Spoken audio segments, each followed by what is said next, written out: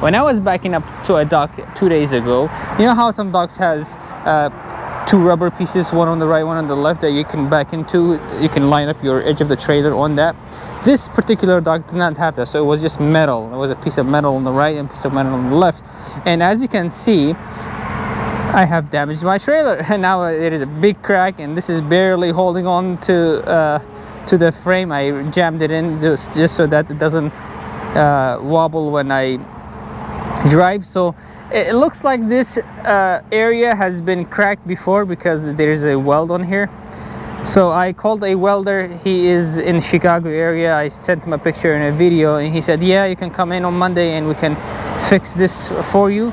And I might go ahead and ask him to fix this corner, because this right here is the one that I personally damaged, and that is where whoever had this trailer before cracked it, and then I finished the job, I guess.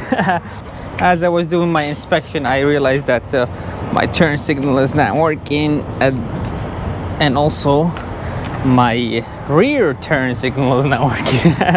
What is it with these turn signals today? I did my posture yesterday and it was working. There was no problems.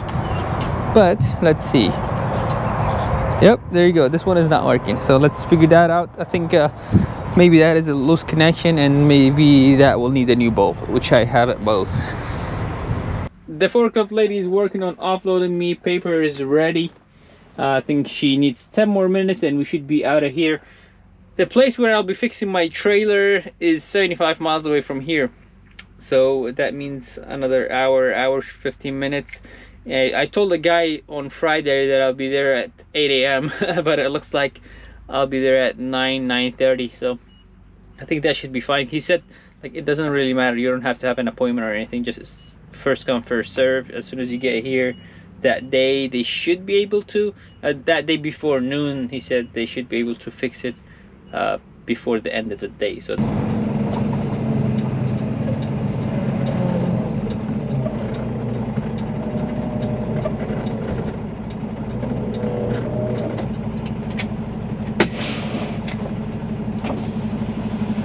I'm here to get some welding done. Yeah. Yusuf, Y-O-U-S-I-F. Yes, sir. Yeah, junior, yeah. Am I good to go? Alright, thank you.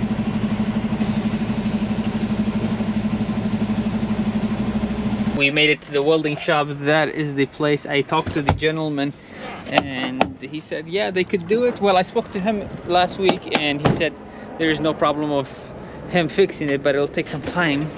And I also asked him to go ahead and weld a plate over here. That way I could put some stuff on my header crack. I had a plate of that was welded here, just like that one right there, but somehow it broke and I did not realize that. And so I don't have that piece of metal with me. So he said no, not a problem. He has plates that he can just fabricate and weld that on. So they are working on the trailer right now. I think they already got the plates pulled up. Now they're just working on welding it, and then they will put the lights back in and we're good to go. That means we can get another load for today, hopefully, because it is currently 11:15, and if I can get out of here by 1 o'clock, I may have a good chance of getting a load for today. I thought I was gonna spend the entire day today and not have a load, so hopefully I'll have something for today. I think they went on lunch because the door is closed, so let's see how far they've gone. Nice. Not far, but at least somewhere, right? Yeah, there's a crack. Well, they cut it. Nice. At least they didn't say that we can't do it, right? Because I was a little afraid that they will say, oh no, this is a job that we cannot handle or we cannot accomplish. So, but they said no problem, come on in. Might as well multitask. I decided to make myself a breakfast because last time I ate eggs, I think it was like 2 months ago when I was home.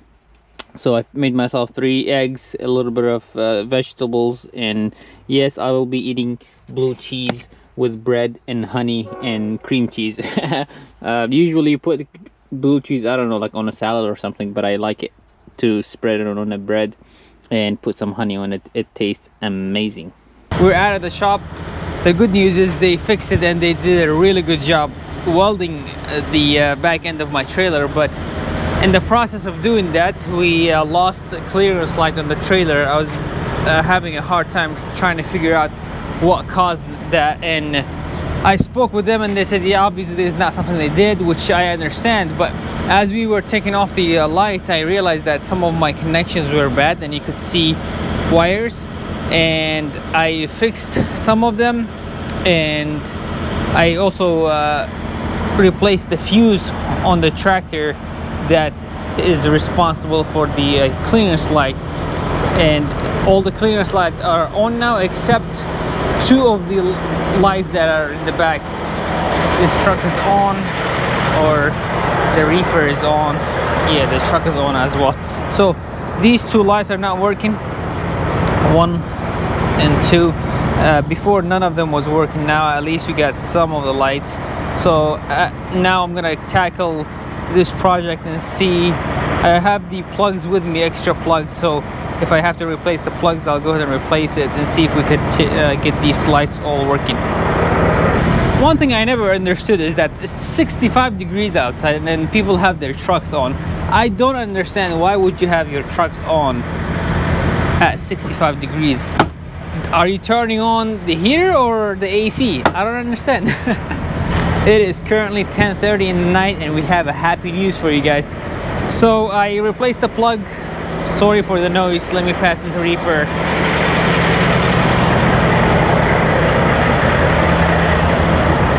So I replaced the plug and it turns out that the plug needed to be replaced. Honestly, look at that. It is all messed up, right?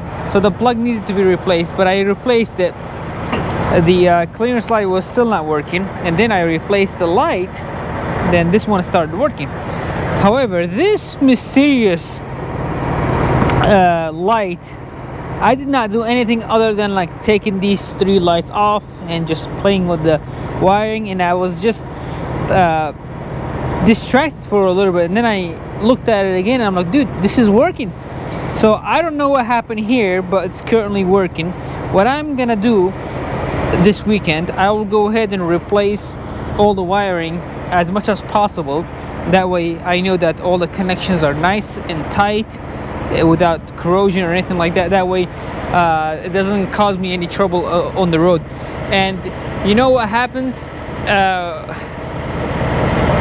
you know, more often than not, you would come across issues like that when you really shouldn't be having it, because tomorrow starts a 72-hour blitz week, or 72 hours international road check, and this happens just before that. So that kind of got me worried, and also I did not want to lose an entire day in sitting in a shop, so that's why I tackled it myself, and I'm happy that everything is working for now.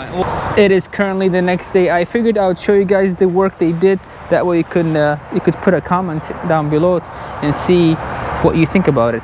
Honestly, I think they did a really good job, because when I first got at their shop, I was like, you know what, I don't think these people would be able to pull this part of the trailer and weld it and make it look nice, but they did a good job, and they also fixed this part, and all the lights are working now, other than messing up my wiring. I guess this is what I think it happened. When they were welding it, the heat of the weld, it melted some of the wiring, which I replaced. I think I replaced a plug here and I placed a wire here, and after that the lights started working. Other than that, it was nice. They charged me 600 bucks, which I am not complaining. Honestly, had I taken this to a utility trailer, they would first of all tell me they're out by a month, they're out a month, or they would say, okay, well, drop your trailer here and then we will fix it within a month. And then on top of that, they would charge me at least 1,500 to 2,500, which I am pretty sure they would, because this guy spent 6 hours. I was really right there, and then he spent more than 6 hours to fix these two things.